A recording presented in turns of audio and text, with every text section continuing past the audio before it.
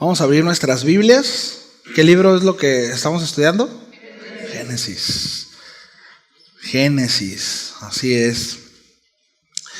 Y bueno, la semana pasada tuve la oportunidad de estar con mi hermano Santos, ¿sí? de su iglesia Shalom, allá en Los Cabos, San José. Les mandan saludos, ¿sí? Pronto viene de hecho para acá.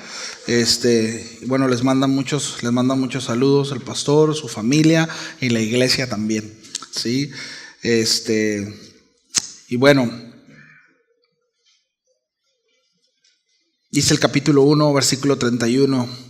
Dios vio todo lo que había hecho y aquí que era muy bueno, ¿no? O bueno en gran manera.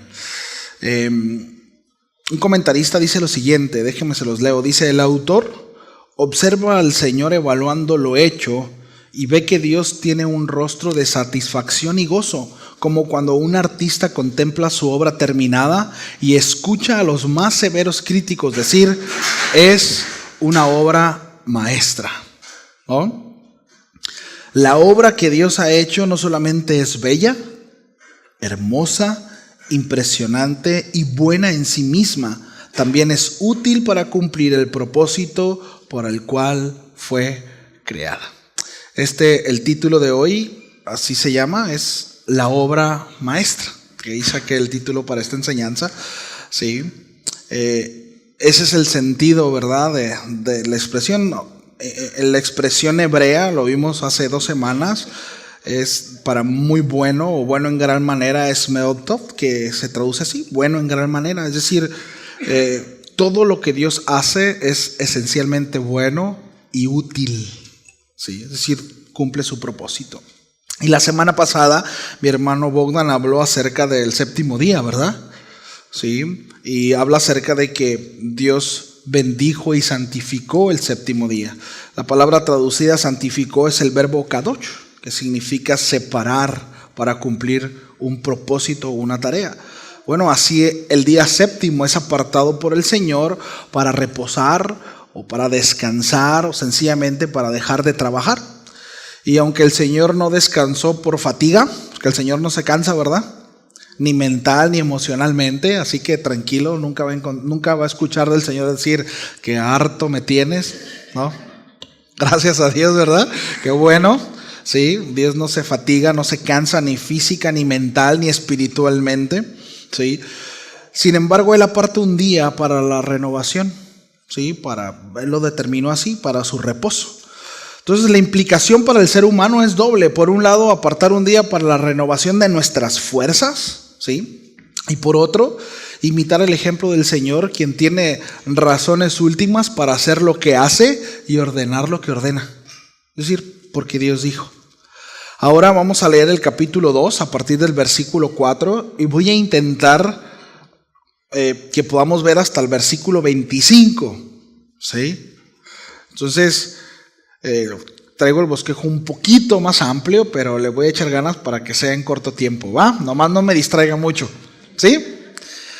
Entonces, miren, antes de entrar al pasaje, quiero mencionar que este pasaje nos presenta un relato mucho más íntimo y mucho más detallado sobre la creación del hombre y la mujer, la cual completa la narrativa que habíamos visto en el capítulo 1 de Génesis. Aquí el enfoque está puesto precisamente en las relaciones que el hombre establece en diversos ámbitos, en cuanto a la relación con Dios primeramente, con el entorno que lo rodea, con los animales y finalmente con la mujer. Entonces, un aspecto interesante es que en este relato el uso del nombre propio de Dios, que es Jehová, que no me voy a no voy a profundizar en cuanto a los nombres, sino como dato porque es interesante, ¿sí? Combinado con su título Elohim, que es como se presenta en la primera sección de Génesis. Bueno, esta combinación no solo resalta la majestad, el poder soberano de Dios como creador, sino también añade un toque mucho más cercano y personal a la relación y al diálogo entre el hombre y Dios, ¿sí? Es decir, la implicación de esta combinación entre Jehová y Elohim profundiza, mis amados, la relación entre Dios. Es decir, debemos de entender que Dios se presenta como un Dios personal, no solamente como el Dios. Ahora nosotros entendemos, es decir, ¿qué es lo que nos define a nosotros como cristianos? ¿No? Bueno, Jesús, ¿verdad? Nuestro Señor Jesucristo.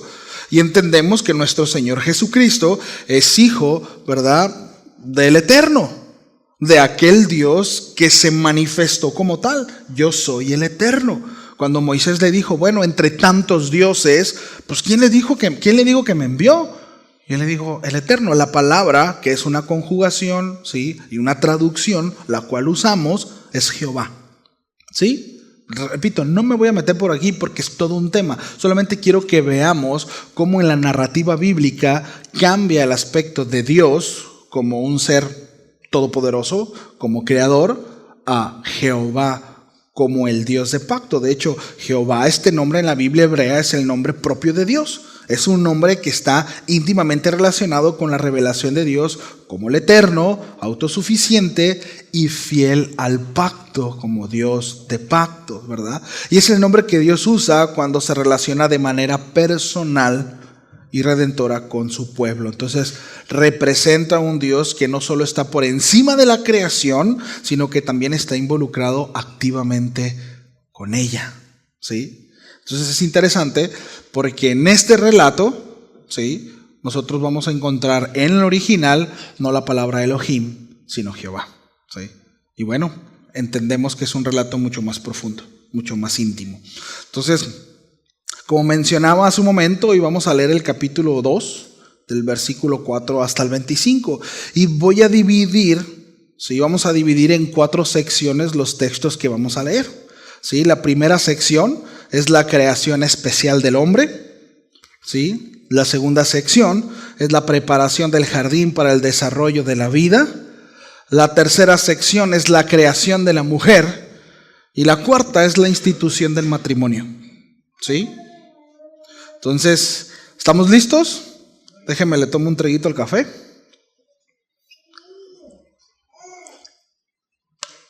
Y arrancamos. Génesis capítulo 2, versículo 4. Estos son los orígenes de los cielos y de la tierra cuando fueron creados. Ahora, me voy a tener poquito aquí. Debemos de entender que Moisés, a quien se le atribuye el Pentateuco, el libro de Génesis, que está dentro de los primeros 5 libros, Moisés lo que hace es recopilar, ¿sí? Es decir, los que dicen que saben, lo que está haciendo aquí Moisés, si se fijan, es como si empezara otra vez un nuevo libro. Por ahí han escuchado, no, es que la primera creación, ¿verdad? Génesis 1 habla de la creación del hombre en general, y luego aquí a partir de Génesis 2 está hablando acerca de otra creación. No, aquí es la misma creación, pero de una manera mucho más detallada, ¿sí? De hecho, el primer capítulo se le atribuye, ¿verdad?, con un sesgo poético, ¿sí? Acá hay mucho más detalle. Esto a manera de nota, y por si alguno, ¿verdad?, ahí estudiando se encuentra con ese tipo de cosas, bueno, nada más para que podamos verlo así, ¿sí? Dice, estos son los orígenes de los cielos, ¿sí? Esta palabra orígenes también bien se puede traducir como décadas, como herencia, ¿sí? Estos son los orígenes de los cielos y de la tierra cuando fueron creados. El día que Jehová, Dios, hizo la tierra y los cielos y toda planta del campo antes que fuese en la tierra y toda hierba del campo antes que naciese. Porque Jehová Dios aún no había hecho llover sobre la tierra, ni había hombre para que lo labrase de la tierra, sino que subía de la tierra un vapor, el cual regaba toda la faz de la tierra. Entonces Jehová Dios formó al hombre del polvo de la tierra y sopló en su nariz aliento de vida, y fue el hombre un ser viviente, ¿sí? Bien, pues antes de la existencia del hombre no había un reino vegetal como tal, y la tierra estaba regada o inundada por un vapor o manantial subterráneo, que es como lo explica la mayoría de los comentaristas, ¿sí? Ahora, el lenguaje que se usa para formar al hombre es propio de un alfarero que usa el barro para moldear su vasija. Es decir, Dios forma al hombre, Adán, de la tierra, y esta palabra dijimos que era Adam con H, MH, ¿sí? la cual provee todos los componentes físicos. Es decir, Adán es el nombre propio y Adam es el hombre en general. Miren, el profeta Isaías, en el capítulo 64, verso 8, se los leo, dice: ahora pues, Jehová, tú eres nuestro Padre. Dice: nosotros barro y tú el que nos formaste. Así que obra de tus manos somos todos nosotros. ¿Sí? Somos obra de las manos de Dios. Qué interesante, ¿verdad?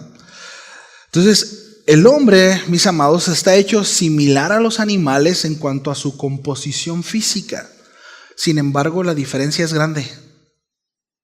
Es decir, ¿cuál es la principal diferencia de los textos que acabamos de leer, de lo que acabamos de leer? La principal diferencia en cuanto a la creación del hombre y la sobre la demás creación. Sí, pero aquí en el relato, sí, somos semejantes, pero aquí dice por qué. ¿Sí? Dice que Dios de manera especial concede al hombre el don de la vida a través de ¿qué? Del aliento de vida. Sí. Él sopló aliento de vida. Y la acción de Dios es familiar e íntima. Sí. Fíjense, en Juan 20:22, Jesús también sopla el Espíritu Santo a sus discípulos, dando así una nueva vida, ¿no? Dando inicio a una nueva humanidad. Sí. Y aquí hay una palabra clave que es intimidad.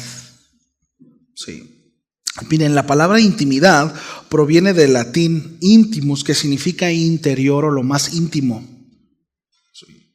Entonces, intimus es el superlativo del latín intus, que significa dentro. La palabra intimidad se refiere a la zona más reservada de los pensamientos y afectos de una persona o un grupo. Se puede entender como el lugar donde ocurren los hechos esenciales, la identidad de una persona. Si usted quiere saber realmente quién es alguien, tiene que conocerlo en lo íntimo. Sí. Por eso es que quien realmente sabe quiénes somos es nuestra esposa, nuestro esposo. Sí. Entonces Bogdan hablaba un poco acerca del aliento de vida, ¿no? De la vida. La palabra griega es zoe y se utiliza en el Nuevo Testamento para referirse a la vida que Dios da, y a menudo se refiere a la vida eterna o a la vida divina que se recibe a través de Cristo o el nuevo nacimiento. Tenemos Juan 3:16, Juan 10:10 que se refiere a esto. Ahora, esta vida es una calidad de vida espiritual que es permanente, mis amados, y no perecedera. ¿Sí? Es decir, esta vida está relacionada con la unidad del creyente y Dios. Y es permanente. Sí. Es permanente, no muere. Entonces, en cuanto al relato de la creación del hombre en el Edén, aquí en Génesis 2:7, el texto hebreo dice que Dios sopló en su nariz aliento de vida, pero no usa la palabra griega zoe. Pues el Antiguo Testamento no fue escrito en griego, ¿verdad? Sino en hebreo. Bueno, el término que se usa aquí es la palabra neshama, que significa aliento de vida. Y este acto dio al hombre vida física, ojo con esto, es bien interesante, y una capacidad única de relacionarse con Dios y con los demás. Sí. En resumen, Génesis 2:7, Dios sopló el aliento de vida, neshama, dando al hombre vida física y personal, una vida con personalidad y relacionable conscientemente. Y cuando hablamos de conscientemente, habla de responsabilidad. ¿Sí? Los perros, usted ve que andan en manada, ¿verdad? Y se comunican y viajan, y es bien interesante cómo andan un montón, ¿verdad? Juntos. Y hay un líder. Bueno, eso lo hacen de manera instintiva. Una cuestión de supervivencia. Pero no es como que, es que ese vato me cayó muy bien y voy a ir tras de él. No. No, es una cuestión instintiva. Bueno, nosotros no es así. No es por una cuestión instintiva. Hay una racionalidad. Hay una voluntad. ¿Sí? Entonces, eso es lo que significa neshama. La vida zoe del Nuevo Testamento se refiere más específicamente a la vida eterna. ¿Sí? a la nueva vida espiritual que los creyentes reciben al nacer de nuevo en Cristo Jesús. Entonces debemos de tener cuidado y no mezclar directamente la palabra Zoe con el acto de la creación en el Edén, ya que esa vida espiritual plena es recibida del nuevo nacimiento, nada más a cuestión de dato, ¿sí? Que podemos llegar a confundir. Entonces, a pesar de tener dos, digámoslo así, dos dimensiones, es decir, el hombre es una unidad dependiente tanto del medio físico como del espiritual, ¿verdad? Bueno, el nombre propio de Adán, o bueno, su sustento, para terminar esta idea, su sustento en cuanto a que va de nuevo, porque me cuatrapié aquí. A pesar de tener dos dimensiones, es decir, en cuanto a lo físico como lo espiritual, el hombre es intrínsecamente uno, ¿sí? Es decir, ya nosotros tenemos un pensamiento muy mezclado en cuanto al pensamiento gregoriano, ¿no? En donde estamos muy relacionados con la cuestión cuerpo, alma y espíritu, ¿sí? Bueno, nosotros vamos a ver en los escritos que siempre la palabra va a relacionar al hombre de esta manera, ¿sí? Como cuerpo y alma. Y en el alma va implícito el espíritu, ¿sí? Ya en el Nuevo Testamento, repito, por una cuestión de pensamiento gregoriano, podemos ver cierto indicio en el apóstol Pablo y nosotros pues medio lo asociamos, pero la realidad es que la retórica hebrea, ¿sí?, tiene que ver con el hombre es uno, cuerpo, ¿verdad?, físico y espíritu, ¿sí?, y no podemos separarlo. Es decir, no es como que, ¿verdad?, bueno, mi cuerpo es malo pero mi alma es buena. No, ¿verdad? Y sé que en ese sentido es difícil, ¿no? Porque el apóstol Pablo menciona acerca de esta nueva naturaleza que está inclinada, ¿verdad?, a hacer la voluntad del Señor, pero un cuerpo no redimido que sigue vendido al pecado, ¿sí? Que es la idea del apóstol Pablo, ¿no? Es decir, esta carne no redimida, no glorificada, pues sigue teniendo esa tendencia a pecar, a satisfacerse, ¿cierto? Pero la realidad es que somos uno.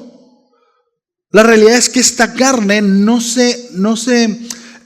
tiene voluntad propia, pues. Si usted peca es porque quiso pecar. ¿Me explico? O sea, no es como que vamos a llegar al cielo y decir, no, Señor, mira, yo tenía tan buenas intenciones, pero pues ya ves que no estaba redimido, no estaba glorificado, Señor. Entonces pecaba porque mi carne hacía lo que se le pegaba la gana. No. La carne se sujeta. Y lo que hacemos en la carne es porque queremos hacerlo. ¿Sí está clara esa parte? Por eso es importante, familia, no satisfacer los deseos de la carne. ¿Sí? Dile al que está a tu lado y te hablan. ¿Sí? Entonces, ciertamente, repito, el hombre tiene vida espiritual, ¿sí? Física, pero es uno, ¿sí? No hay tal cosa, ¿verdad?, como el gnosticismo lo menciona o muchas otras filosofías. Entonces, ahora un dato interesante con el nombre propio de Adán, que vemos en el capítulo 2, en el verso 20, se afirma que el primer hombre fue un ser histórico y no mitológico, ¿sí?, o legendario, ¿sí? Si usted se pregunta, pastor, ¿usted qué opina acerca de eso, acerca de que Adán fue un ser mitológico y es un tipo, ¿verdad? Y yo estoy convencido que es un hombre histórico. Es decir, que este relato, como lo describe aquí en el capítulo 2, sí está hablando de una manera literal, ¿sí? Porque tiene sus implicaciones si negamos eso. Y bueno, ese ya es otro tema, ¿no? Quizá más para escuela bíblica más adelante. Entonces, en Adán, ¿sí?, y aquí estoy usando el término hombres, bueno, somos creados todos. Él representa a la humanidad completa en todas las eras. Y Adán era una obra maestra. Y cuando Dios vio a Adán, dijo, es bueno en gran manera. Así que dile que está a tu lado, tú eres una obra maestra de Dios, ¿no? Somos una obra maestra. Somos una obra maestra de Dios, la cual fue creada con la particularidad, ¿verdad?, que se concibió con el mismo aliento de Dios, con la facultad de relacionarse voluntaria y conscientemente. Sí, voluntaria y conscientemente. Ninguna otra criatura. Ninguna otra criatura. Sí. Y aquí pasamos a la segunda sección del texto en el verso 8. Sí. Y es otra obra maestra que es el jardín del Edén. ¿Sí? Dios planta un jardín en Edén. ¿Sí? Dice el versículo 8: y llamó Dios a la expansión cielos, y fue la tarde y la mañana el día segundo. Dijo también Dios: júntense las aguas que están debajo de los cielos en un lugar, y descúbrase lo seco. Y fue así, y llamó Dios a lo seco tierra, y a la reunión de las aguas llamó mares. Y vio Dios que era bueno. Después dijo Dios: produzca la tierra hierba verde, hierba que dé semilla, árbol de fruto que dé fruto según su género, que su semilla esté en él sobre la tierra. Y fue así. Produjo pues la tierra hierba verde, hierba que da semilla según su naturaleza, y árbol que da fruto cuya semilla está en él según su género. Y vio Dios que era bueno. Y fue la tarde y la mañana del día tercero. Dijo luego Dios: haya lumbreras en la expansión de los cielos para separar el día de la noche, y sirvan las señales para las estaciones, para días y años, y sean por lumbreras en la expansión de los cielos para alumbrar sobre la tierra. Y fue así. E hizo Dios las dos grandes lumbreras, la lumbrera mayor para que se señorease en el día, y la lumbrera menor para que se señorease en la noche. Hizo también las estrellas, y las puso Dios en la expansión de los cielos para alumbrar sobre la tierra. Quiero enfocarme más en la cuestión del jardín, ¿verdad? Dios prepara un lugar especial y apropiado para el desarrollo de la vida del hombre, y esto es bien interesante. Esta premisa es bien interesante. Fíjense, la mayoría de los sabios y escritores hebreos comentaban que el mundo fue creado pensado para quien lo señoreara. Es decir, con el objetivo de que quien señoreara este lugar iba a glorificar al Creador. Y tiene todo sentido. Sí. Tiene toda lógica. Fue creado, apropiado, especial para el desarrollo de la vida del hombre, para que pudiese desarrollar su propósito, para que lo pusiera por obra. Sí. Dios prepara un lugar especial y apropiado para el desarrollo de la vida del hombre. Entonces, la descripción es la de un oasis o un jardín fértil, con abundante agua para riego y para originar 4 ríos. Esto lo vemos también en otras notas bíblicas, ¿no? Ahora, como dato, Edén es un lugar geográfico específico. Está ubicado en Mesopotamia, del Tigris y del Éufrates, que es un lugar conocido históricamente como la cuna de nuestra civilización. Sí, me refiero a judeocristiana occidental. Entonces, ahora, la identificación exacta del lugar no es posible ni necesaria. De hecho, ha habido mucha gente que ha salido a la búsqueda del Edén. Y hay quienes dicen: por fin, no sé si han visto ahí noticias, se ha encontrado el Edén, ¿no? Ahí ponen una voz así de inteligencia artificial. Y hay lugares muy bonitos que dices: ah, caray, pues yo creo que más o menos así era, ¿no? Pero la realidad es que ese lugar está resguardado, familia. Sí. Más adelante vamos a ver cómo el hombre cae, conocemos la narrativa bíblica, y es despojado de ese lugar, ¿no? Ya llegaremos ahí. Sí. Entonces, realmente el hecho de que sepamos dónde está, pues no es necesario. Lo que sí podemos ver es que tanto la vegetación que Dios hace brotar de esta tierra sirve al hombre de alimento y para su bienestar, tanto físico como emocional. Sí. Entonces, hay 2 árboles que reciben ubicación y también no solamente que dicen dónde se encuentra, sino hay una atención especial. Uno es el árbol de la vida, ¿sí? Que después de la desobediencia de Adán y Eva, Dios lo considera un riesgo continuo tanto para el hombre como para la mujer, y lo hace inaccesible. Esto lo vamos a ver cuando lleguemos al capítulo 3, lo vemos en el versículo 22 al 24. Y también este árbol se encuentra en Apocalipsis 2:7 y se vuelve a mencionar en Apocalipsis 22:2. ¿Sí? Y reaparece este árbol de la vida como abundancia de fruto y dones de sanidad en la Nueva Jerusalén. Entonces, el otro árbol, ¿sí?, que se menciona acá en el Edén, es el árbol del conocimiento del bien y del mal, es decir, de discernimiento total. Y precisamente, ¿no?, es al que Dios le dice al hombre: no puedes comer de él. ¿Sí? Limita al hombre el comer de ese árbol. ¿Sí? No tiene la libertad en ese sentido. ¿Sí? Le dice: no lo puedes hacer. Perdón, tiene la libertad, pero está restringido y hay consecuencias en cuanto a eso. Entonces, la responsabilidad que Dios asigna al hombre son dos principalmente: es cultivar y guardar el jardín. Y son dos ocupaciones que nosotros vemos, que es agricultor y pastor. Sí. Y estas dos ocupaciones marcan el inicio histórico, mis amados, de la división vocacional del hombre. Sí. ¿A qué se dedicaba el hombre en un principio? Bueno, era agricultor y pastor. Sí.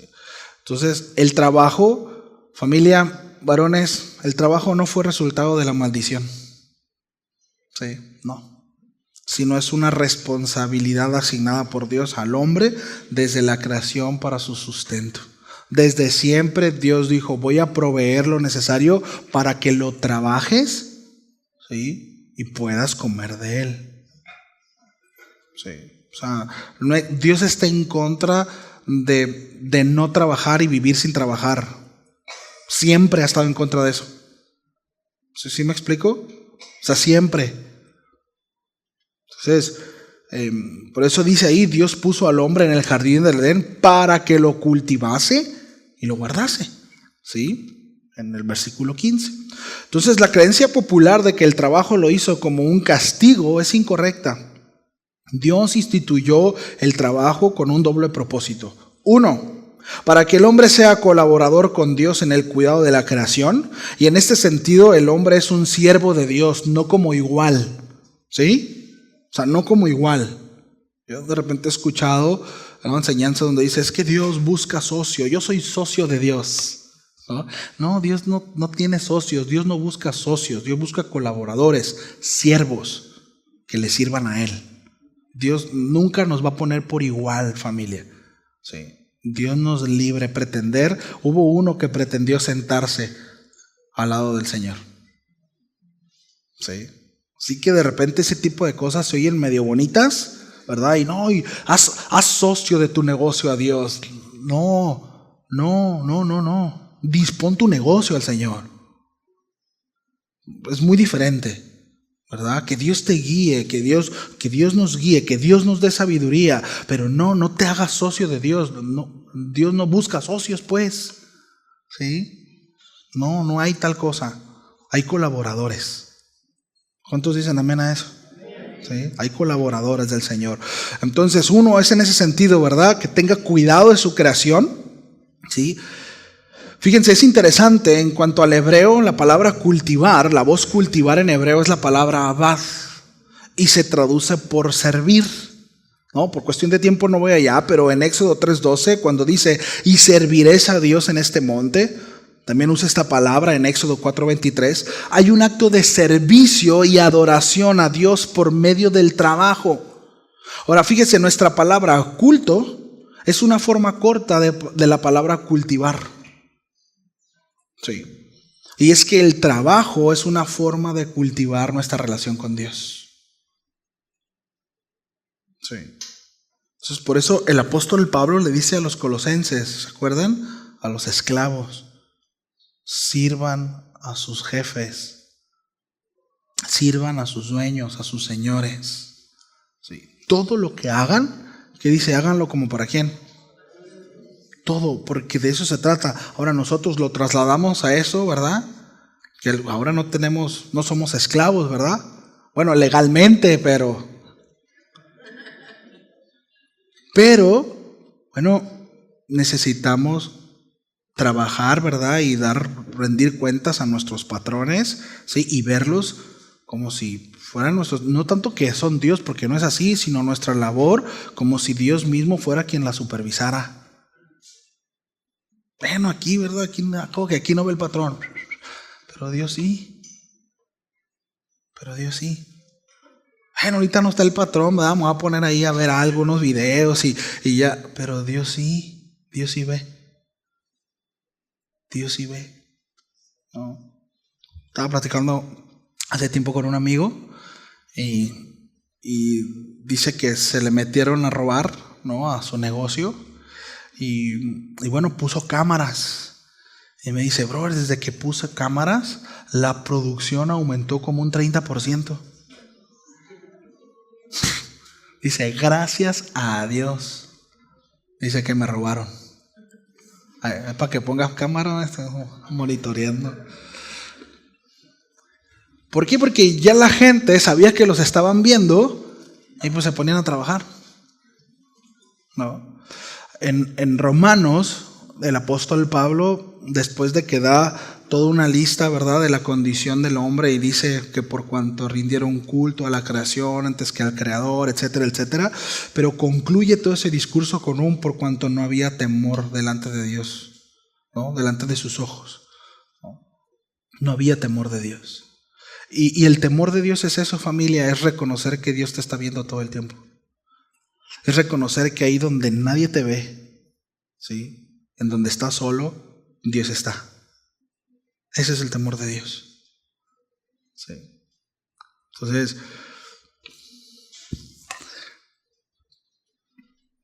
el trabajo es una forma de cultivar nuestra relación con Dios. Segundo propósito, para que el hombre sea mayordomo de lo que Dios ha hecho. El hombre tiene que cuidar y proteger la tierra y sus elementos porque tendrá que entregar cuentas del resultado de su administración desde el principio. Desde Génesis, desde el principio. Entonces, de entre todos los árboles hay uno el cual Dios prohíbe al hombre comer, ¿sí? Y bueno, y la prohibición indica dos cosas, que ya las veremos más adelante, ¿no? Pero primero anuncia y establece que Dios está por encima de Adán. Le dice, mira, tú vas a señorear y vas a sojuzgar la tierra, pero este árbol anuncia que yo estoy por encima de ti. Digo, por de esas, ¿no?, se le llega a subir a Adán. Bueno, este árbol te recuerda que hay alguien mayor que tú, y que está sujeto a mí, ¿sí? Y segundo, que el hombre debe de responder libremente, es decir, no es un ser autómata, mis amados, ¿sí?, autómata, sino creado con libertad de escoger. El hombre es responsable ante Dios por sus acciones. La desobediencia trae consigo una consecuencia clara y grave, la muerte, ¿sí? Entonces, sin duda, ¿verdad?, el jardín donde fue puesto el hombre es toda una obra maestra. Sí, lo fue. Todavía existe. Creado con todas las cualidades y elementos para que el hombre desarrolle su potencial y glorifique a Dios con su obediencia. Sí. Bueno, ahora vamos al verso 18. Y aquí encontramos la tercera obra maestra. Dios crea a la mujer. ¿Sí?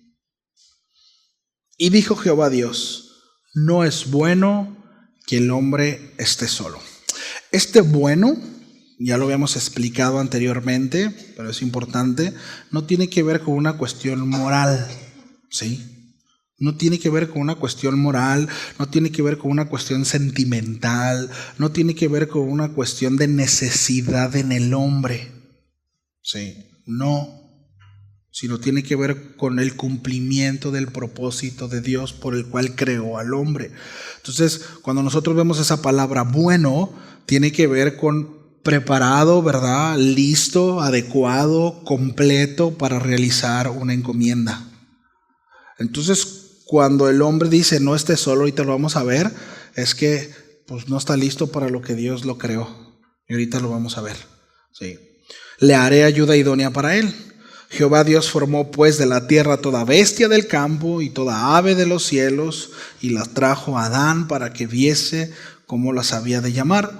Y todo lo que Adán llamó a los animales vivientes, ese es su nombre. Y puso Adán nombre a toda bestia y ave de los cielos y todo ganado del campo, mas para Adán no se halló ayuda idónea para él. Entonces Jehová Dios hizo caer sueño profundo sobre Adán, y mientras éste dormía, tomó una de sus costillas y cerró la carne en su lugar. Y de la costilla que Jehová Dios tomó del hombre, hizo una mujer y la trajo al hombre. Dijo entonces Adán: esto es ahora hueso de mis huesos y carne de mi carne. Esta será llamada varona, porque del varón fue tomada. Mira, la vida del hombre se desarrolla ahora en el jardín, pero en soledad, sin ayuda idónea. Sí. Ahora, al nombrar a la totalidad de los animales que viven en él y sobre la tierra, ¿verdad?, en el jardín, bueno, el hombre los integra a su vida y ejerce su vocación y dominio sobre de ellos. Pero el asunto es que ningún animal, y tampoco Dios, podían servir de ayuda idónea. Sí. Digo, y esto es interesante.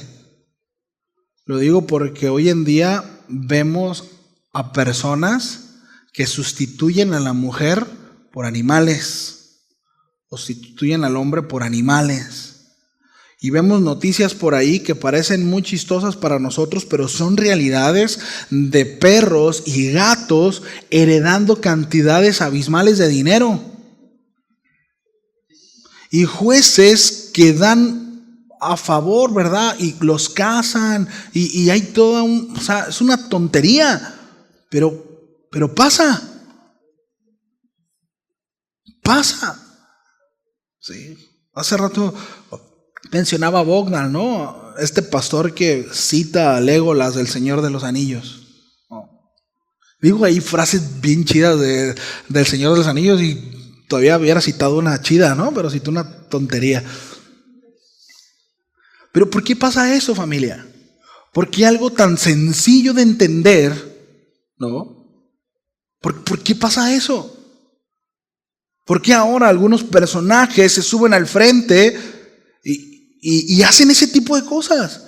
O cantan cada tontería. Bueno, porque nos apartamos de la Escritura. Porque la experiencia empieza a tomar mucha mayor relevancia y empieza a tomar un lugar que no debe.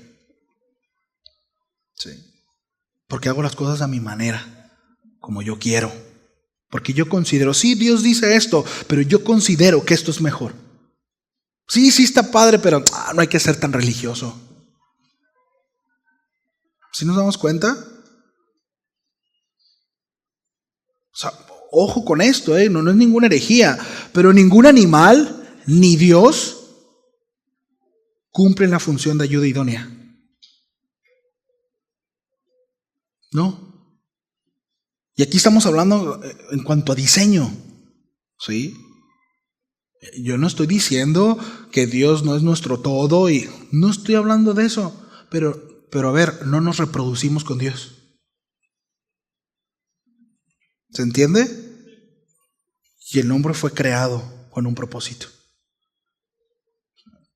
Entonces es absurdo que nos detengamos hoy en día a ese tipo de temas porque son una realidad. Y familia, créanme, hoy en día esos temas están tan presentes en los jóvenes y son relevantes y los están golpeando y duro. No solo en el mundo, dentro de la iglesia. Tenemos que detenernos a decir, espérate, no está bien. Sientes bonito, pero no es lo correcto, pero no es bueno. Ahora, bueno, ya voy a llegar por ahí ahorita. ¿Ves que me emociono? Pero bueno, sí lo voy a decir. Pero no todo lo bonito es bueno. No todo lo bonito es bueno. Y no todo lo que no me hace sentir bonito es malo. De repente hay una idea de, es que no siento paz. Pues a veces que no vas a sentir paz al obedecer al Señor. Cuando tienes que pedir perdón cuando tienes que humillarte, cuando tienes que reconocer tu falta y tienes que ir y dar la cara, pues no se siente paz. Hay un nudo en el estómago, pero es lo correcto. Pero eso es bueno. ¿Sí nos damos cuenta?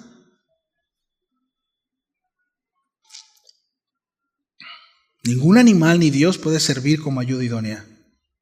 ¿Sí?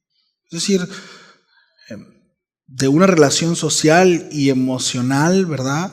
E importante y útil para cumplir su propósito, solo la mujer.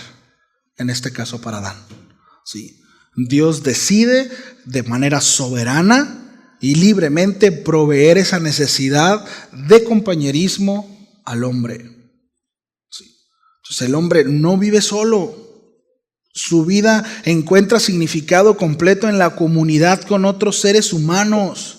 La vida en comunidad refleja también la imagen y semejanza a Dios, quien ha manifestado desde el principio. Se manifestó no en soledad, sino en Trinidad, y ya hablamos de eso al principio, los primeros temas. Y aquel que cree y pretende no necesitar a nadie más está pecando, familia, ya que atenta directamente con el propósito de quien lo creó. No, es que yo no necesito a nadie. No es que yo solo, es que, bueno, eso no es más que orgullo. Y es pecado porque se atenta en contra de aquel que lo creó con un propósito, ¿sí? De ser un cuerpo, de ser una familia, ¿sí? Ahora el apóstol Pablo más adelante lo enseña así, ¿no? Todos miembros de un cuerpo. Y la cabeza es Cristo. Y todos funcionales, cumpliendo un propósito. ¿Cuál? ¿El de la mano? ¿El del pie? ¿El del ojo? No, el de la cabeza, que es Cristo. Ahorita voy a llegar ahí, pero el propósito no fue para palomear, mis amados, de sentirme realizada o realizado. No se trata de ti, el matrimonio no se trata de mí. Se trata de cumplir el propósito de Dios. Y si mi matrimonio no refleja el propósito de Dios, es un matrimonio que está en desobediencia. Y no dará fruto. Y no dará fruto. Sí. Todavía ni llego ahí, unas ganas tengo de llegar ahí. Cierto. Cierto.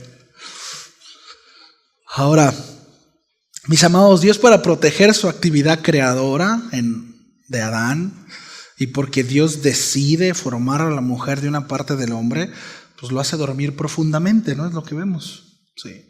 De una de sus costillas. Es interesante porque algunos comentaristas dicen que no tomó ni la primera ni la última costilla, sino una porción de en medio, cuando habla acerca de una de sus costillas, sí. Y estos le dan el sentido de cobijar y cuidar, ¿no? Desde ahí muchos le están dando ya el sentido de cómo ella sería parte de nosotros como hombres, pero con el sentido de cómo está tomando David a Adi, por ejemplo, ¿no? Que la tiene en su costado, ¿no? Y bueno, es un comentario bonito, ¿sí? Es un comentario bonito. Entonces, Dios presenta a esta nueva criatura al hombre, quien expresa la naturaleza de la mujer, ¿verdad? En 3 declaraciones. Primera, reconoce la igualdad del nuevo ser. Es decir, la mujer no es inferior al hombre. ¿Sí? La mujer no es inferior al hombre.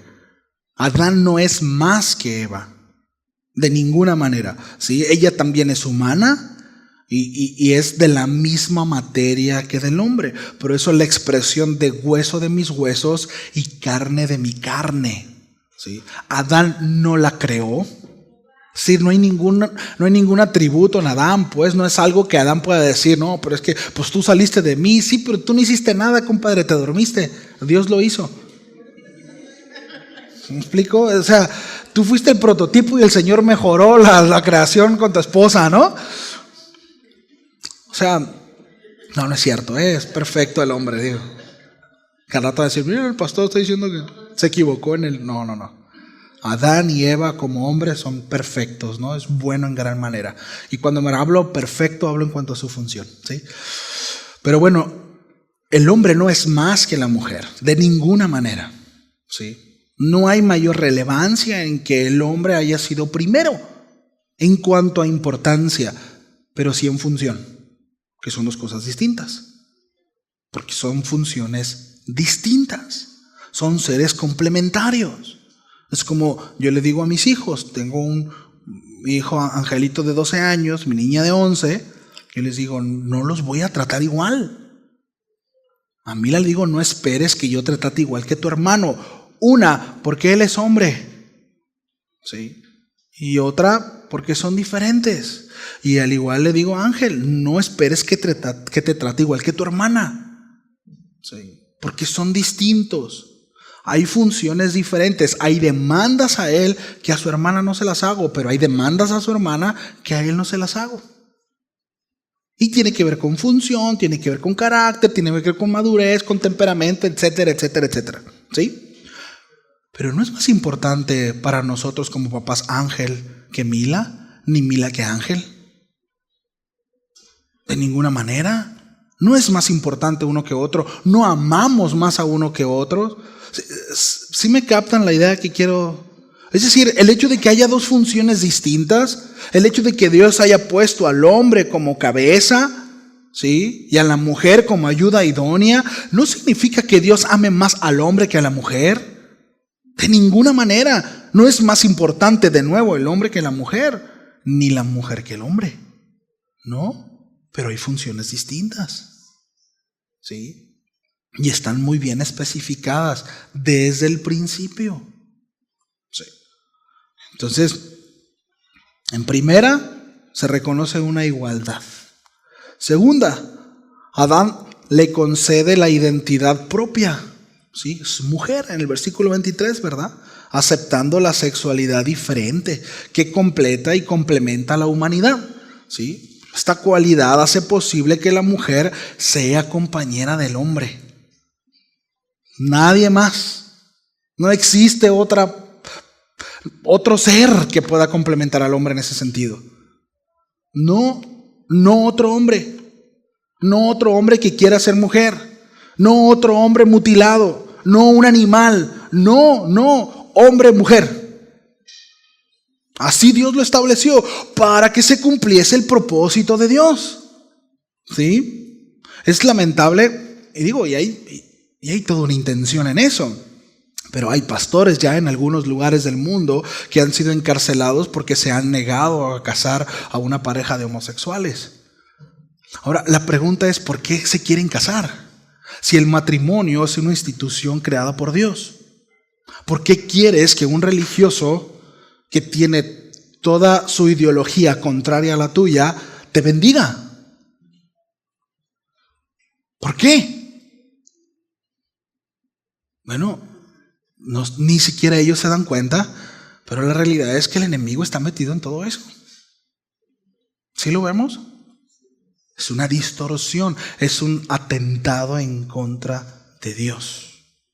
Porque el asunto a mí como pastor, y no lo digo en mala onda, digo, de verdad mi deseo es que todo hombre proceda al arrepentimiento, y qué padre sería que pudiéramos anunciar el evangelio y todos los que escuchen vayan y corran a la cruz pidiendo, ¿verdad?, misericordia y perdón de sus pecados.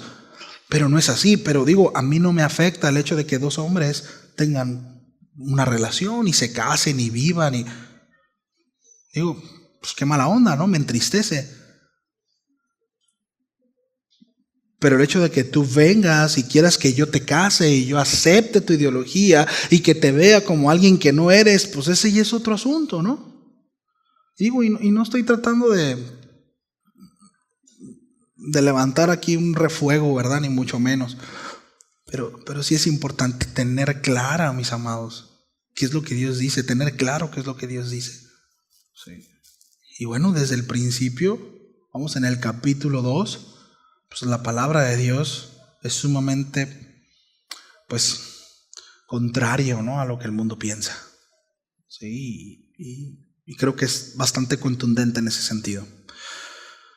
Entonces, la característica de la mujer, sí, tiene las cualidades que hace posible que sea compañera del hombre. ¿Sí? Tercera, por ser formada del hombre. La mujer es lo más cercano posible al hombre y su más compatible, ¿verdad? Aunque no parezca, así es, ¿sí? Entonces, con estas declaraciones el hombre expresa, ¿verdad?, su aceptación y su satisfacción completa, ¿sí? Seguramente dijo Adán, bien Dios, ¿no? Bueno, en gran manera, ¿sí? Necesariamente hubo una atracción en ellos, ¿sí? Y punto número 4, ¿sí? La obra maestra dijimos que era la mujer, ¿verdad? El Edén, el hombre en general. Y punto número 4, ¿sí? La institución del matrimonio. Llega conmigo, el matrimonio es una obra maestra, ¿sí? Por tanto, dejará el hombre a su padre y a su madre y se unirá a su mujer y serán una sola carne. Y estaban ambos desnudos, Adán y su mujer, y no se avergonzaban. Dios mismo establece el matrimonio, familia. Dios mismo establece el matrimonio como la relación correcta entre el hombre y su ayuda idónea. No es un invento del hombre.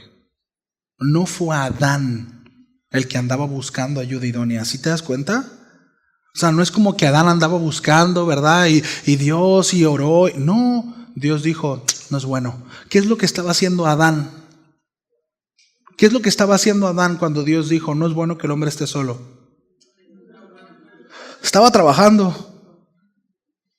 Estaba en obediencia en Dios. A ver, solteros, levanten la mano. A ver, solteros. Bueno, ahí hay una clave, ¿eh? O sea, digo para los que, ¿verdad? No, es que se me va a ir el tren, pastor, y tiene 14, 15 años, ¿no? No te va a ir el tren, hermano.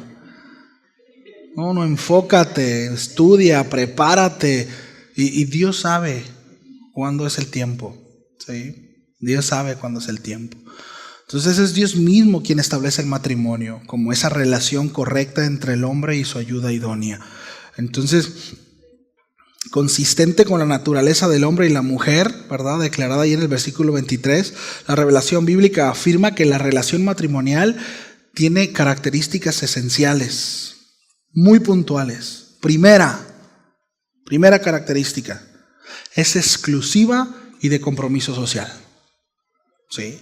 Es decir, dejará a su padre y a su madre, versículo 24. ¿Sí? El matrimonio no se lleva, ¿verdad?, a la suegra, al suegro, no. Ahora, hay casos muy particulares. Bueno, está el suegro en un principio, la suegra, etcétera, etcétera, ¿verdad? La tía, hay casos muy particulares. Bueno, ya se hablarán. Pero en cuanto a la relación matrimonial, es de dos. Es que mi mamá me dijo, es que mi papá, y bien me dijo mi mamá, y eso no cabe. No cabe eso. ¿Sí? No. Aparte de que se lastiman. Y miren, y es muy lamentable porque cuando dejamos que los papás o alguien más se meta en las relaciones, dejamos al esposo o a la esposa bien embarrada, ¿verdad?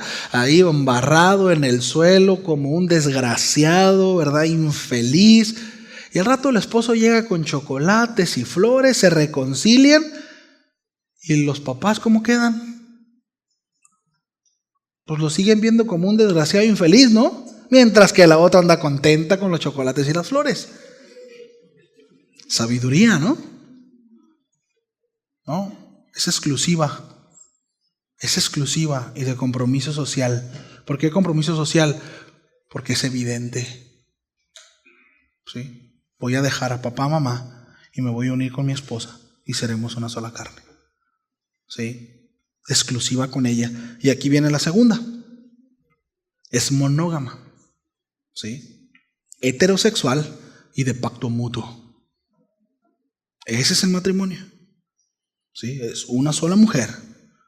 En el caso del hombre, mujer, es decir, una relación heterosexual. Ese es el matrimonio de Dios y de pacto mutuo. ¿Sí? El hombre se unirá con su mujer.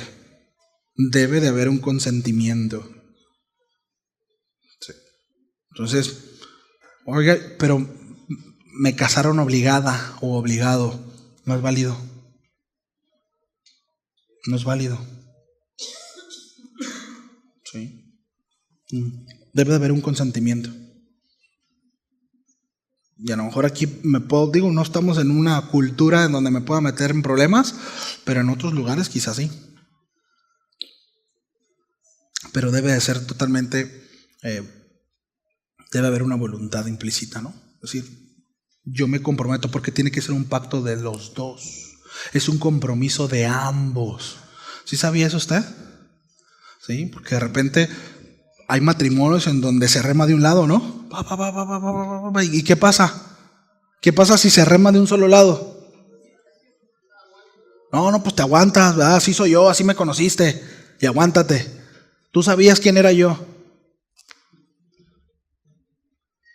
Así era. Y pues pídele a Dios, hay que me cambie, ¿verdad? Pero yo así soy. Así nacido, así he crecido y así me moriré, ¿no? Ese matrimonio va directo al fracaso. Sí. Es necesario que ambos reconozcan, que ambos acepten, que ambos sean lo suficientemente maduros para decir: no soy perfecto y sé que tú tampoco, pero acepto mi parte y te pido perdón. Perdóname. No porque tú me pediste perdón, sino porque estoy convencido. Cuando no pedimos perdón, lo único que hacemos es estamos lastimando. Y pues ahí ahí tienes dos problemas, ¿verdad? Te enojas y te contentas solo. A ver cómo le haces. No. Es que ya sabes cómo soy yo. No. Hay un compromiso mutuo. Los dos se comprometieron. El matrimonio tiene que ver con un compromiso. Los dos nos comprometemos a. ¿Sí? Y tercera es de complementación mutua. Serán una sola carne. ¿Sí? Entonces, siendo redundante en esto, ¿sí? Bueno, aquí tiene que ver con una intimidad. ¿Sí? Y en ese sentido la palabra habla mucho acerca de eso. Hay una instrucción muy clara de parte del apóstol Pablo en cuanto al matrimonio y dice: no se nieguen uno al otro. No se nieguen. Y si han de negarse es porque hay algo mucho mayor que eso. Y es ya sea que uno, ¿verdad? O el otro, pues vaya a tener un tiempo de ayuno u oración. Dice: pero en cuanto termine su promesa con Dios, alléguese a su marido o a su esposa. Para que el enemigo, dice, no meta su cuchara ahí, ¿verdad? Que no tenga parte el enemigo con eso. Es decir, esto también tiene que ver con una disposición mutua, ¿sí? En acuerdo, en común acuerdo y en amor. Pero bueno, lo vemos ahí, ¿verdad? Serán una sola carne. ¿Cómo van a ser una sola carne? ¿A qué se refiere el texto con una sola carne? ¿A mirarse profundamente? ¿A contemplar el oasis, verdad? ¿A contemplar el atardecer con una nieve en la mano? Tiene que ver, es una relación, pero no somos una sola carne así, porque eso yo lo puedo hacer con mi papá, eso yo lo puedo hacer con mi mamá, abrazarla y sentarme frente al atardecer con una nieve en la mano, eso yo lo puedo hacer con mi hermano, abrir mi corazón y pasar horas platicando con él. ¿A qué se refiere el texto? A una intimidad, a ser uno. Y ya lo hemos dicho en otras ocasiones, pero no hay un vínculo más profundo que el del hombre y la mujer. No hay. Yo no tengo ese vínculo con mi papá, ni con mi mamá, no. No, es que el vínculo más fuerte es de la mamá con el hijo, ¿verdad? Porque le da, ¿verdad? El mamanta.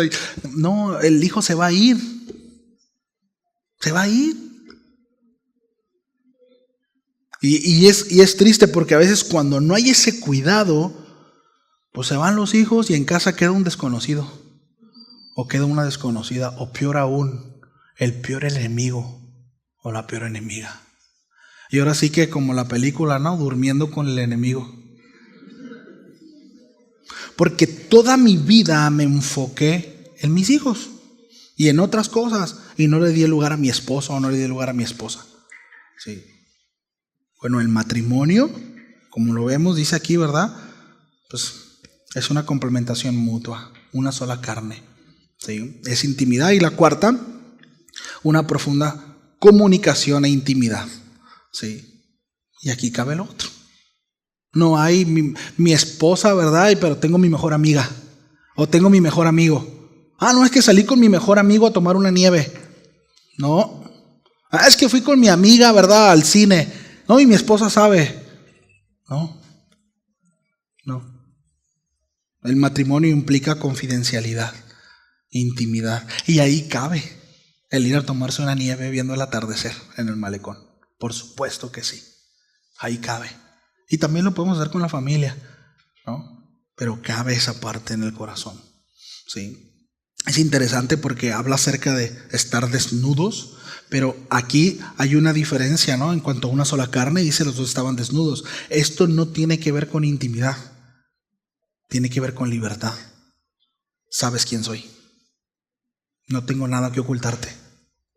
No tengo secretos. Sí. Nada de que, hey, no, es que tiene que cuidar mi privacidad, tiene que respetar mi privacidad, no puede entrar a mi teléfono, patrañas. No. Libertad total. Tanto el hombre como la mujer puede tener acceso a su teléfono. Miren, son cosas muy simples, pero son relevantes y son importantes. ¿Sí? Entonces, bueno, el Señor Jesucristo en cuanto al matrimonio reafirma, ¿verdad?, estas características y aclara que el propósito original de Dios para el matrimonio es una relación permanente e indisoluble. Es decir, que no puede separarse, no puede diluirse, ¿sí? ¿Cómo voy en tiempo, hijo? Ok, ¿me dan 10 minutos? Menos 10 minutos. Bueno, acompáñenme por favor a Marcos capítulo 10, versículo 2. Es que ustedes me distraen y me voy por otro lado y se me hace tarde. Sé que está pesado porque algunos están aquí desde las 8 de la mañana. Y bueno, doy gracias a Dios por esa disposición. ¿Ya estamos ahí? Dice, y se acercaron los fariseos y le preguntaron para tentarle si era lícito al marido repudiar a su mujer. Él respondiendo les dijo, ¿qué os mandó Moisés? Ellos dijeron, Moisés permitió dar carta de divorcio y repudiarla. Y respondiendo Jesús le dijo, por la dureza de vuestro corazón os escribo este mandamiento. Pero al principio de la creación, varón y hembra, Dios los hizo. Por esto dejará el hombre a su padre y a su madre y se unirá a su mujer y los dos serán una sola carne. Así que no son ya más dos, sino uno. Por tanto, lo que Dios juntó, no lo separe el hombre.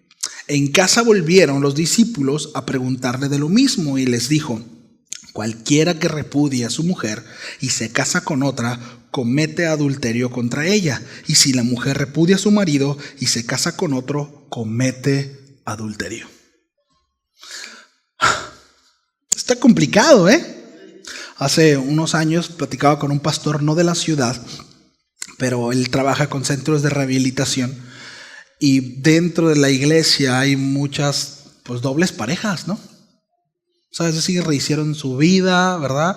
Y pues allá dejaron una familia y conocieron a otra que también está separada y muchos hasta 2, 3 matrimonios, ¿no? Y a veces yo en ese sentido, él me preguntaba, ¿no? Pastor, ¿tú qué opinas? Y me daba un caso. Y le digo, pues es que cada caso es un caso. Porque bíblicamente lo tenemos muy claro. O sea, Jesús señala, ¿no? Dice, bueno, pues es que Moisés dice que en caso de adulterio nosotros podemos dar carta de repudio. Y Jesús saca ese as bajo la manga que le sacó el aire, ¿eh? Le dice, bueno, el asunto es que eso lo dijo por la concupiscencia de su corazón, a causa de su pecado. Es decir, por poner un orden, ¿sí?, por legislar. Pero ese no es el propósito de Dios. Es decir, cuando nosotros nos unimos con nuestra pareja, como en el principio, ahorita que estamos viendo Génesis, ¿verdad? Cuando habla acerca de Adán y Eva, ¿sí? Estos son una sola carne. ¿Cuánto tiempo? Siempre. Ahora, entiendo que hay casos de golpes, adulterios, abusos. Ese es otro asunto. Por eso digo, cada caso es un caso. Pero es a causa del pecado. Pero me quiero enfocar, ¿verdad?, al matrimonio. Miren, a veces somos tan ligeros y me siento mal y ya no te quiero y no me hables, ¿verdad? Y me voy a divorciar de ti y bye. Y digo, entiendo que hay dolor, ¿no? Pero necesitamos no ser tan ligeros, ¿eh? Necesitamos entender que estamos en un ministerio, ¿sí? Porque el matrimonio tiene todas las cualidades ¿no? En donde estamos comprometidos hasta la muerte. Y en donde el fundamento de esa relación es el amor. Y el amor no deja de ser.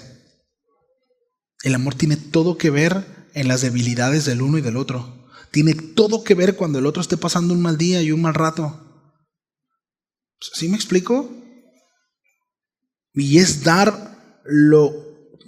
Miren, no sé usted, pero yo, dijo aquel, ¿no? No sé usted, pero creo que ninguno acá, los que están casados, digo, se comprometió diciendo, sí, yo te voy a amar si tú me respetas. O sí, yo me voy a sujetar si me siento amada. ¿Fue así?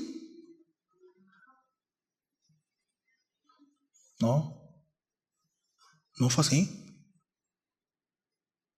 No. Entonces esas afirmaciones bíblicas que da el Señor condenan las prácticas, pues en las que hoy en día, ¿verdad?, la sociedad moderna, se ve, prácticas que practican la sociedad moderna, como el divorcio, las relaciones sexuales causales, ¿verdad?, el adulterio, la fornicación, los concubinatos, las relaciones clandestinas, la homosexualidad, etcétera, etcétera, etcétera. ¿Sí? ¿No? El ideal de Dios se concreta en la íntima, abierta, mutua y total aceptación y continuo y permanente conocimiento del uno y del otro. En este caso, Adán, ¿verdad?, experimentando esa relación con Eva. ¿Sí? Ahora, si alguno aquí, pastor, pues a mí me casaron engañada o engañado, bueno, pues vamos viendo qué onda, ¿no? Ya es otro asunto. Mientras tanto, pues tenemos que remarle. Tenemos que trabajar. ¿Sí? Sí o sí. Entonces, dentro de esta relación ideal es que Dios, ¿verdad?, regreso a la relación entre Adán y Eva, Dios intenta, ¿verdad?, la procreación de los hijos y el desarrollo de la comunidad. Ese es el propósito para ellos. En esta relación, pues no hay lugar, mis amados, para sentimientos negativos ni barreras. Sí. Ahora, es bien interesante porque, de nuevo, Adán y Eva fueron creados y se fue, ¿verdad?, bueno en gran manera. ¿A qué se refiere? Al cumplimiento del propósito de Dios. Son aptos para cumplir el propósito de Dios. ¿Qué onda con nuestro matrimonio? ¿Es bueno en gran manera?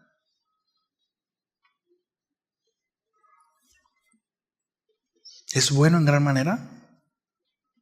Es decir, mi matrimonio pues, cumple ciertos aspectos, pero es bueno en gran manera. Es decir, sé que el matrimonio, como dijimos, es obra maestra, ¿no? Al igual que todos los elementos que venimos a hablar. Pero mi matrimonio es bueno en gran manera. Ya no hablo acerca del matrimonio de Adán y Eva. Digo, ellos tenían una función y un propósito. Para eso fue creado el matrimonio. Pero también tu matrimonio fue creado con un propósito. Y estás en relación bajo un propósito. Sí. ¿Hasta aquí la dejamos? ¿Sí? Bueno, hablaremos más al respecto la siguiente semana. Vamos a orar. Señor, gracias. Gracias por tu palabra. Gracias por quien nos enseñas cómo debemos vivir. Nos enseñas cómo es que debemos de conducirnos y cuál es el verdadero propósito por el cual fuimos llamados. Señor, tú nos creaste y nos diste todo lo necesario para cumplir tu propósito. No solo en nuestra persona, sino en el lugar en donde nos has puesto, Señor. Y asimismo, en la mayoría de mis hermanos, así como en mi vida, has provisto una ayuda idónea. Y entendemos que todo esto con un propósito, y ese es el glorificarte, Señor. Y que a través de nuestra vida y la vida de nuestra pareja, de nuestra cónyuge, a nuestro cónyuge, tu nombre sea glorificado. Tú seas exaltado, Señor. Y que podamos reflejar tu carácter. Señor, es hermoso ver cómo contemplaste tu creación y te detuviste y expresaste que era bueno. Eso en nosotros, Señor, nos debe de llevar a descansar en que tú siempre nos habilitarás, Señor, y nos darás las herramientas necesarias para cumplir tu propósito. No nos dejarás a la deriva, Señor. No nos enviarás a un lugar sin los recursos ni teniendo lo necesario para cumplir tu encomienda. Así también en nuestro matrimonio. Así también en el trato con nuestra esposa, con nuestro esposo. Tú nos darás lo necesario. Tú nos ayudarás, Señor, pero es una realidad que muchas veces en nosotros hay resistencia. Y no queremos ser guiados por ti, Señor. Y nuestro corazón y nuestra carne nos gana. Pero también lo sabes, Señor. También lo sabes. Y no deseamos, Señor, que seas consecuente con nosotros. Pero sí te pedimos que nos ayudes, Señor. Que nos hagas ver con claridad. Y para aquellos que aún no se casan, Señor, y que está el anhelo en su corazón en un día hacerlo, dales paciencia, Señor. Enséñales que el enfoque en ellos ahora es hacer tu voluntad. Es descansar en ti, Señor. Es poder disfrutar de todo lo que les has dado, Señor, y que hagan buen uso, Señor, de todo lo que has provisto. Que se enfoquen, Señor, en crecer en carácter, en conocerte a ti. Y en su momento, Señor, tú proveerás la ayuda idónea. O tú la llevarás, Señor, en el caso de las señoritas, con el varón el cual las guiará y las bendecirá, Señor, y juntos podrán cumplir el propósito en ti. Ayúdanos a entender esto, Señor. Ayúdanos a crecer como familias. Ayúdanos. Que esta verdad bíblica, Señor, profundice en nuestro corazón y que nos lleve a resolucionar de manera positiva, Señor, a tu consejo. Por favor, Señor, te lo pedimos en el nombre de Jesús.